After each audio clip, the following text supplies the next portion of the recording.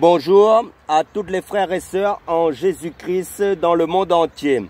Je me présente le frère Serge de l'île de la Réunion, esclave de Jésus-Christ pour les nouvelles personnes qui se connecteront à la chaîne. Notre message du jour qui est toujours d'actualité, seul Jésus-Christ nous sauve de l'enfer et du lac de feu qui est la géhenne. Avant d'entamer, de rentrer dans le vif sujet du message, nous allons prier, frères et sœurs. Père éternel, nous te louons, nous te bénissons, nous te glorifions. Merci pour l'œuvre de la croix de ton Fils Jésus-Christ qui est mort à la croix, qui nous a rachetés à la croix par son sacrifice. Merci, Papa, pour cette grâce que tu nous fais encore, de ce privilège que tu nous fais encore, que tu me fais, Père Saint, de partager ta parole avec mes frères et mes sœurs du monde entier, oh mon Dieu, mon roi, pour leur édification, pour leur éclairage, pour qu'ils soient fortifiés, encouragés, pour demeurer dans la foi en ton Fils Jésus-Christ. Illumine encore les yeux de nos cœurs dans la profondeur de tes saintes écritures, pour la construction de tout un chacun, à la lumière de ta parole, pour ta gloire, Papa, dans le nom puissant du Seigneur Jésus-Christ. Amen. Donc, notre message du jour sera « Seul Jésus-Christ nous sauve de l'enfer et du lac de feu qui est la géhenne ». Si vous faites des recherches par rapport à l'origine du mot « enfer », qui signifie « séjour des morts » en français, égale aussi à l'enfer, qui est équivalent au mot « Hadès » qui est une divinité démoniaque grecque, qui est le dieu et des Grecs, le dieu des profondeurs de la terre, qui était une divinité démoniaque, précisément, qui est aussi équivalent à Orcus, qui est une divinité démoniaque romaine, parce que les Romains avaient une panoplie de divinités aussi dans la mythologie, et le nom de ce dieu avec un petit d était le dieu du néant, des enfers, dans la mythologie romaine. Cela veut dire que le mot Hadès en grec signifie en français le séjour des morts, qui est égal aussi au mot enfer. Donc tous les païens qui n'ont pas Jésus-Christ dans leur vie et qui meurent vont actuellement dans cet endroit qui est l'enfer, c'est-à-dire le séjour des morts. Ceux qui meurent en Jésus-Christ, eux, vont dans le paradis selon l'évangile de Luc chapitre 23. Parce que aucune religion nous sauve. Seulement le Seigneur Jésus-Christ nous sauve.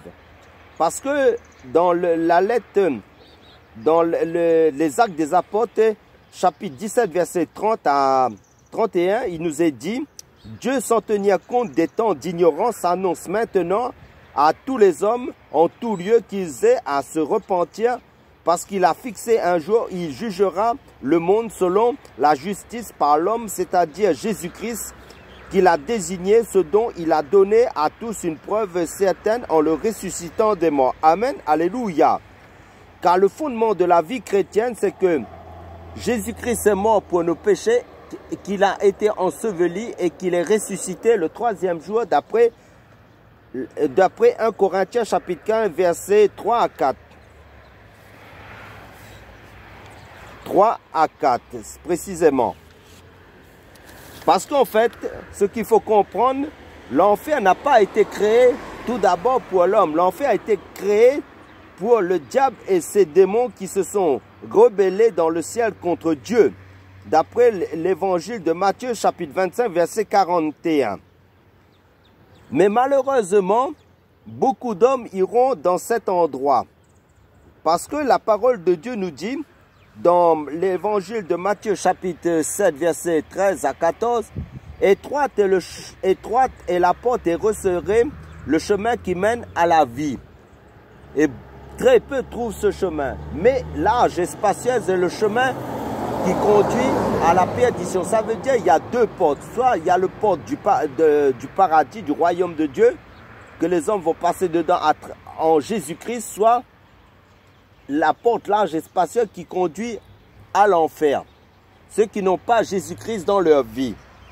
En fait,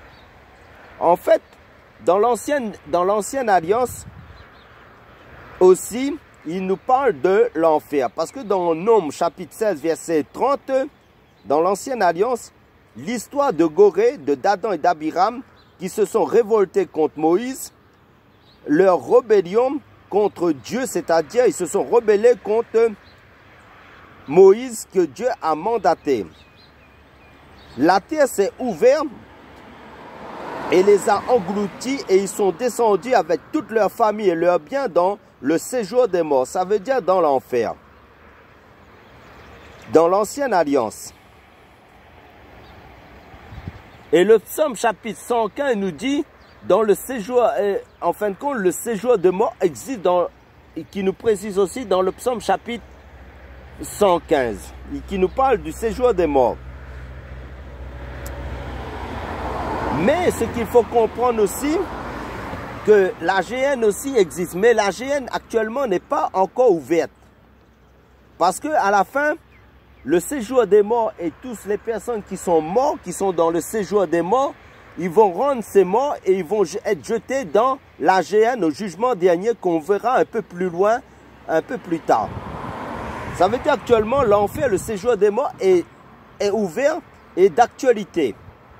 Et toutes les personnes qui meurent vont dans cet endroit. Parce que quand vous lisez le livre de l'évangile de Luc chapitre 12 verset 4 à 5, il nous dit « Craignez plutôt celui, c'est-à-dire Dieu, craignez plutôt celui qui a le pouvoir de faire périr le corps et l'âme dans la géhenne. » Ça c'est quand tous les hommes vont ressusciter et que ce sera la seconde mort, ils vont être jetés dans la géhenne, dans le lac de feu que nous verrons un peu plus tard dans le livre d'Apocalypse chapitre, dans le livre d'Apocalypse qui nous décrit bien cela. Mais actuellement, les personnes qui meurent vont en enfer, qui n'ont pas Jésus-Christ. Parce que la parole de Dieu nous dit dans la lettre aux Hébreux chapitre 9 verset 27, car il est réservé aux hommes de mourir une seule fois, après quoi vient le jugement. Et pour échapper au jugement de Dieu, Dieu nous donne la solution. C'est son Fils Jésus-Christ qui est mort à la croix à cause de nos péchés. Il est venu, en fin de compte, pour mourir à la croix pour nous sauver. Parce que la parole de Dieu dans Jean chapitre 3 verset 16, il nous dit « Car Dieu a tant aimé le monde qu'il a donné son Fils unique Jésus-Christ, c'est-à-dire son Fils Jésus-Christ, afin que quiconque croit en Jésus-Christ ne périsse pas, c'est-à-dire ne périsse pas en enfer, mais qu'ils aient la vie éternelle. » Parce que la lettre aux Éphésiens nous dit aussi « Car vous êtes sauvés par la foi en Jésus-Christ, c'est-à-dire en Jésus-Christ qui est un don de Dieu, et non pas par les œuvres, afin que nous marchions dans les œuvres que Dieu a préparées d'avance en Jésus-Christ pour que nous marchions en elles. Mais nous sommes sauvés par la foi en Jésus-Christ seulement. Parce qu'il n'y a de salut en aucun autre nom sous le ciel qui a été donné, si ce n'est par le nom du Seigneur Jésus-Christ. Parce que la lettre aux Romains nous est dit, Romains chapitre 8 verset 1, il n'y a plus de condamnation pour ceux qui sont en Jésus-Christ, qui marchent non pas selon la chair, mais selon l'esprit. Ça veut dire selon Jésus-Christ, selon la parole de Dieu en Jésus-Christ, qui vit en règle avec la parole de Dieu en Jésus-Christ aussi. Parce que, au fait, ce qu'il faut comprendre, avant l'œuvre de la croix, les personnes qui mouraient, même ceux qui étaient croyants, ils étaient amenés dans le séjour des morts. Quand vous lisez l'évangile de Luc chapitre 16, avant l'œuvre de la croix, je précise bien, les croyants qui mouraient, ils allaient dans le sein d'Abraham. Et il y avait une séparation entre les personnes qui étaient dans le sein d'Abraham et les personnes qui allaient dans le séjour des morts dans les tourments éternels. Le riche, lui, quand vous lisez l'évangile de Luc chapitre 16, l'histoire de Lazare est parti dans le sein d'Abraham, dans le repos. Mais le riche, lui, en mourant, il est parti dans les tourments éternels. Et en voyant Lazare dans le séjour des morts, dans le repos, il a dit au père d'Abraham d'envoyer Lazare pour qu'il avertisse ses frères qui sont encore sur la terre, qui sont vivants, que l'enfer existe, ça veut dire le séjour des morts existe, pour que ses frères ne viennent pas dans ce lieu de tourment, de souffrance. Mais le père Abraham, lui, il a dit, ils ont Moïse et les prophètes. Ça veut dire ils avaient la Torah, ils avaient les Écritures saintes qui parlaient du séjour des morts de l'enfer. Comme là, je vous parle qu'il existe l'enfer, le séjour des morts, que ceux qui ne croient pas en Jésus-Christ, qui ne sont pas croyants, en fait, ils iront dans ce lieu-là. Et donc, la parole de Dieu était déjà sur la terre quand le séjour des morts, les croyants allaient dans le séjour des morts. Mais, ce qu'il faut comprendre aussi, après l'œuvre de la croix, quand Jésus-Christ est mort, il est descendu aux enfers, il a pris tous les croyants qui étaient dans le séjour des morts, dans le sein d'Abraham, qui étaient captifs là-bas, car personne ne pouvait échapper au séjour des morts. Jésus les a pris, et dans la lettre de l'Apocalypse, de la Révélation, il nous dit, Jésus-Christ dit, je suis le premier et le dernier. Le vivant, et le vivant j'étais mort, et voici je suis vivant au siècle des siècles, je tiens les clés de la mort, du séjour des morts. Donc ça veut dire quand Jésus est parti dans le séjour des morts, dans les enfers, il a arraché les clés de la mort aux démons de la mort, dans le séjour des morts. Donc ça veut dire, et vous vous rappelez aussi en tant que lecteur de la Bible, quand Jésus était sur la croix, il y avait deux brigands. Un, il a dit, Seigneur, souviens-toi de moi quand tu vas revenir dans ton règne. Jésus lui dit, aujourd'hui, tu seras avec moi dans le paradis. Maintenant, la donne est changée dans le temps de la grâce. Ceux qui meurent maintenant en Jésus-Christ, ils ne vont plus dans le séjour des morts. Parce que la Bible dit aussi dans l'évangile de Matthieu chapitre 16, verset 18, Jésus dit, « Je bâtirai mon église et les portes du séjour des morts ne prévaudront point contre elle. » Ça veut dire que maintenant, quand les croyants meurent en Jésus-Christ, leur âme, en fin de compte, ils vont directement dans le paradis du Seigneur. Ils ne vont plus dans le séjour des morts. Leur corps, c'est vrai, vont dans la terre, vont pourrir dans la terre, mais leur âme vont dans le paradis avec le Seigneur.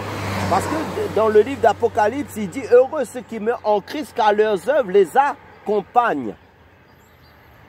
Mais ils attendent la résurrection de leur corps, comme c'est écrit dans le livre de 1 Corinthiens chapitre 15. Seulement la résurrection de leur corps, ce corps, ils auront un corps comme Jésus a eu quand Jésus est ressuscité. Mais actuellement, leurs âmes sont dans le paradis, ils attendent la résurrection de leur corps.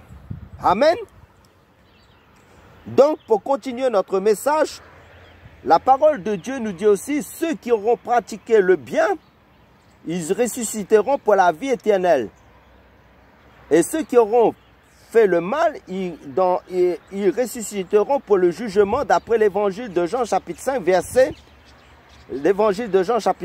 29.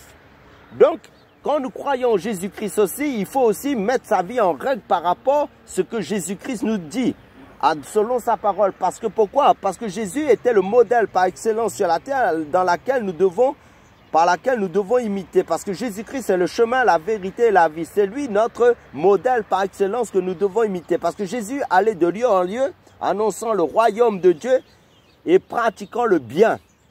Donc, quelqu'un qui a cru en Christ, il doit pratiquer les œuvres que Jésus-Christ pratiquait. Ça veut dire faire le bien, aimer. Parce qu'il dit, il faut avoir une foi agissante par la charité.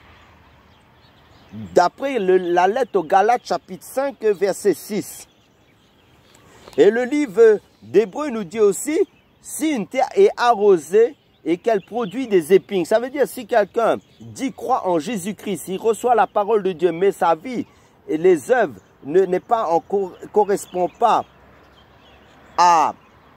aux œuvres que Dieu demande, ça veut dire qu'en fin de compte, il est hypocrite. Ça veut dire que Jésus nous dit aussi, mais si quelqu'un reçoit la pluie qui tombe sur lui, qui est la parole de Dieu, l'image de la parole de Dieu, mais qui produit du bon fruit, ça veut dire qu'il fait ce qui est en conformité à la parole de Dieu, qui vit selon Jésus-Christ, ben il reçoit la bénédiction. Il est une bénédiction en fin de compte.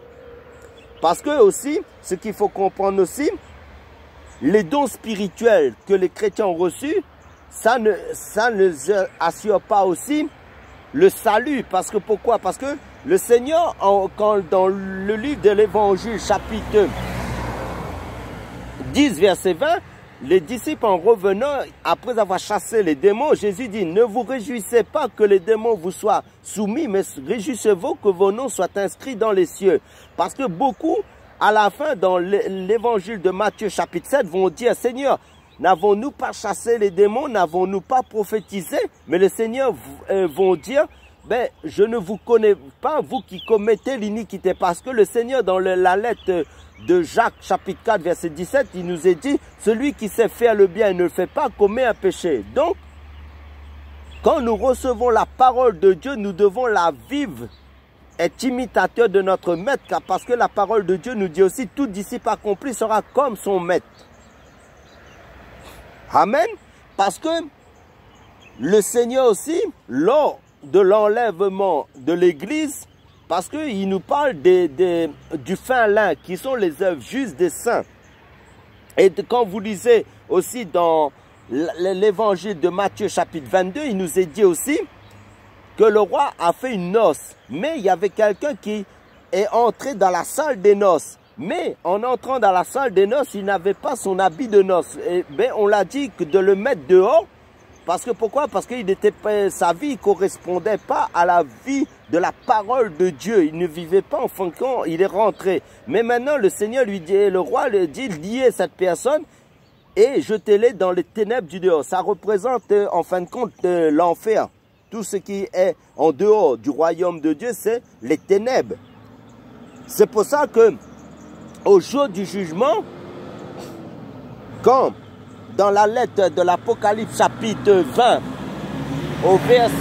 la lettre de l'Apocalypse chapitre 20, verset 11 à 15, il nous dit que les séjours des morts vont rendre tous ceux qui sont dans l'enfer là-bas.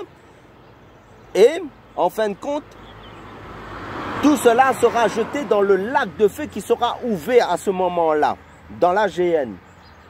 C'est pour ça qu'en fin de compte, toutes les personnes qui ne seront pas inscrites sur le livre de vie, en fin de compte, seront jetées dans ce lieu-là. C'est pour ça qu'en fin de compte, quand Jésus est venu sur la terre, il nous a parlé beaucoup de l'enfer. Il nous a parlé aussi de la géhenne. C'est seulement Jésus-Christ seul est la seule solution pour échapper au lac de feu, à l'enfer, qui est d'actualité aujourd'hui, actuellement, mais l'enfer sera ouvert lors du jugement dernier. Donc, à travers quelques messages, quelques paroles d'exhortation, je vous encourage à demeurer ferme en Jésus-Christ. Si c'est toi qui n'as pas encore accepté le Seigneur Jésus-Christ en écoutant ce message, je te conseille d'accepter le Seigneur Jésus-Christ en tant que ton Seigneur et ton Sauveur pour le salut de ton âme. Amen. Soyez tous bénis dans le nom puissant du Seigneur Jésus-Christ.